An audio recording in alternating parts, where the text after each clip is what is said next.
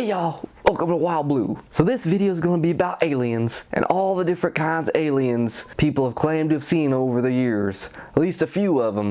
We're going to talk about the big ones here, so y'all stick around and let's get on into it. Welcome to Wild Blue. Aliens are among us. No doubt about it.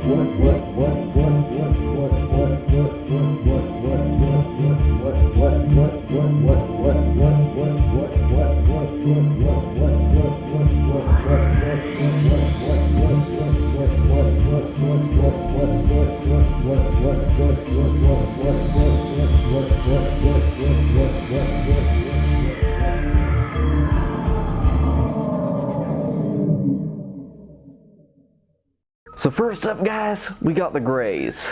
The Greys are those little guys that everyone knows and loves or hates depending on your past experiences with them. So the Greys typically appear as short little gray-skinned humanoid looking freaks with these big dark soulless almond shaped eyes and large bulbous heads, and they ain't got no nose to speak of, except maybe a couple little slits right above their mouth. Their necks are generally described as being connected at the back of their skulls rather than in the middle like you would expect to see in a human. And usually people who encounter the Greys say they communicate using some form of telepathy. Throughout UFO and alien folklore, the Greys have been described as kind of the worker bees in the hierarchy of aliens with their overseers above them. They're these mindless, soulless drones, and their purpose is to perform all the mundane tasks such as abducting people and doing all the experimentation and probing and all that. Performing tests and implanting people and, you know, the stuff that gives them the bad name that they got. And some people describe them as having some kind of chalk-like texture to their skin in the cases where people have reported some sort of physical contact with these beings. And some people have seen them float over the ground a few inches off the floor as they're hovering over to them. I always pictured them kind of scuttering about on their little legs, but I think there have been cases of both of those sort of events happening when people have seen these guys. While most people say the Greys are in the 3 to 4 foot tall range, there have been some accounts of these 6 foot tall Greys, and that's just what they've become known as, the 6 foot Greys. And generally these are kind of seen as the overseers, so to speak, of the little Greys. And there's multiple different kinds of overseers, and we'll get into those here as we go along through this video. And they've been seen in many sightings going back over 70 years, from Roswell to Betty and Barney Hill and beyond. And you've got the cover of the Alien Communion book, one of the most popular alien related books out there in the world. In many cases, Greys are said to come from the star system Zeta Reticuli, and that's another thing that goes back to the story of Betty and Barney Hill's abduction.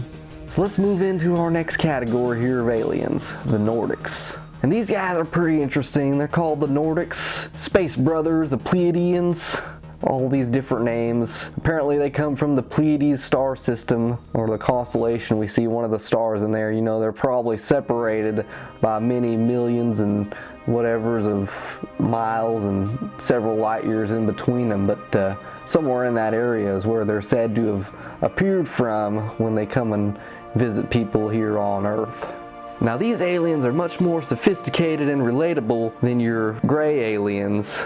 They've got this pale white skin and usually some very light blonde or even white hair, looking like the Scandinavian peoples from which they have their namesake. A lot of times they've been seen wearing these spacesuits, similar to what you've seen in your 1950s sci-fi movies. That's kind of where people think this idea of the Nordics may have come from, movies like The Day the Earth Stood Still. You know, maybe that's where they got the idea for these, and it's kind of been implanted into our human subconscious on a collective level. Or maybe it was one of the directors of that movie who had an experience with the Nordic aliens, and that's what led them to make the movie. Now they aren't usually associated with all the bad stuff that we see going on with the Greys and all that. Usually they're coming here to Earth and speaking about world peace and talking about different ways, you know, they can save humanity and how you can help and how they can maybe stop a nuclear war or something like that. Basically trying to keep us here on Earth from killing ourselves, nuking ourselves into oblivion.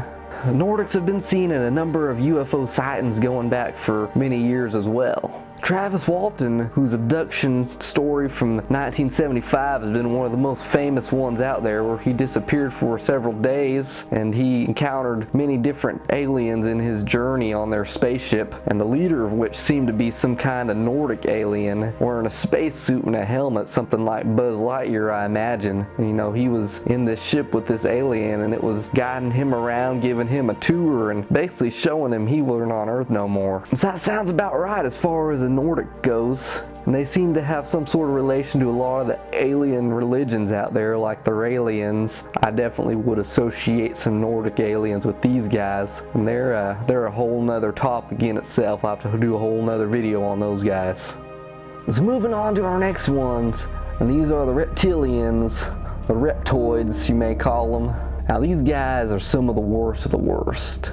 Generally assumed to be leaders of the dark side of the aliens, master of the Greys. These guys come from who knows where. Some people believe they come from the star system making up Alpha Draconis, and these guys are lizard people, so that would make sense. And some people say they come from caves deep beneath the Earth's surface, and at some point they came out in the last several thousand years and made their presence known to us. So the reptilians are about human size or larger, probably up to 7 feet or so, and they basically look like lizard people. They're described sometimes as shapeshifters or being green or gray in color. Many people believe there are reptilians in the highest levels of the world governments, the elite peoples of society, celebrities, all that.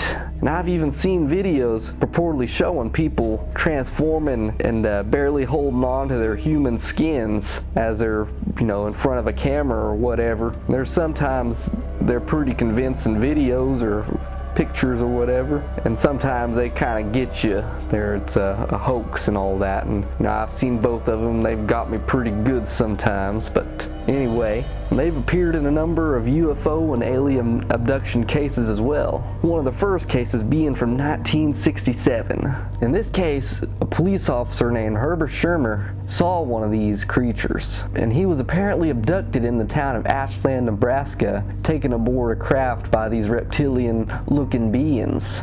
Apparently they brought him back to Earth, but I'm sure that experience stayed with him for his whole life. Alright, and the next alien race we're going to talk about is the mantis aliens. Now these guys basically look like what their name is, a praying mantis. Basically a large bug-like figure, many times about 7 feet tall, the head like something like a praying mantis. Usually they'll be wearing these big robes and stuff, and then like the reptilians, they're seen as kind of the dark overseers of the Greys, usually standing behind the Greys as they conduct their experiments and probing and whatnot, watching, I guess, to make sure they're not messing up somewhere in their experimentation. The fact that they resemble a praying mantis or praying manti, have you, is very creepy in itself. You know, you look at a praying mantis and they're a very strange looking little creature. I've held one once and I was thoroughly freaked out when I was holding it. I was holding it in my hand like this. He was looking at me. I'd rotate my hand one way and his head would follow me as I was moving my hand. And there's definitely some sort of intelligence going on, and even these little bugs' heads can only imagine how smart and intelligent these full-size praying mantis aliens are. Probably thousands or millions of years ahead of us in terms of intelligence. And being 7 feet tall and looking like that, definitely not something I'd want to run into. People generally describe them as communicating with telepathy as well, and some people say they're in cahoots with the reptilians and also come from the Alpha Draconis star system. So who knows how many other alien races are there, and perhaps, you know, these mantis and these reptilians have enslaved some of the other races and they're coming here to Earth to do the same.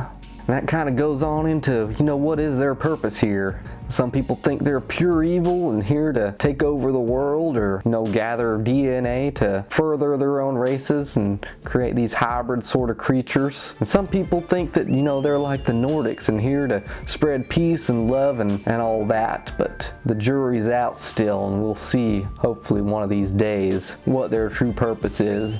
Hopefully it ain't something bad for humanity. And so these are four of the main types of aliens people have seen. And there's many other kinds out there, many other one-offs and all that. You got the Flatwood Monster, you got the Hopkinsville Goblins, and they're pretty interesting. I have to do a whole nother video on them, but you know, they've been talked to death in all these History Channel and other shows that talk about aliens, so you know, it may just be a brief sort of description for those of you who aren't familiar with them. But yeah, as I go through and continue making these videos, we'll delve into what they're doing here, why they're here, and how long they've been here, what they are even. You know, there's so many unanswered questions. There's just no telling where these guys are going to lead us as we investigate them. So that about wraps it up for this video. If y'all like this video, like and subscribe. If y'all didn't, well, move on to some other video, watch some cats or something, I don't know. Well, anyway, check out our website and check out our Facebook page. If y'all have any videos or stories you want to share, send them to wildbluetvstores@gmail.com. And with that said, Wild Blue out.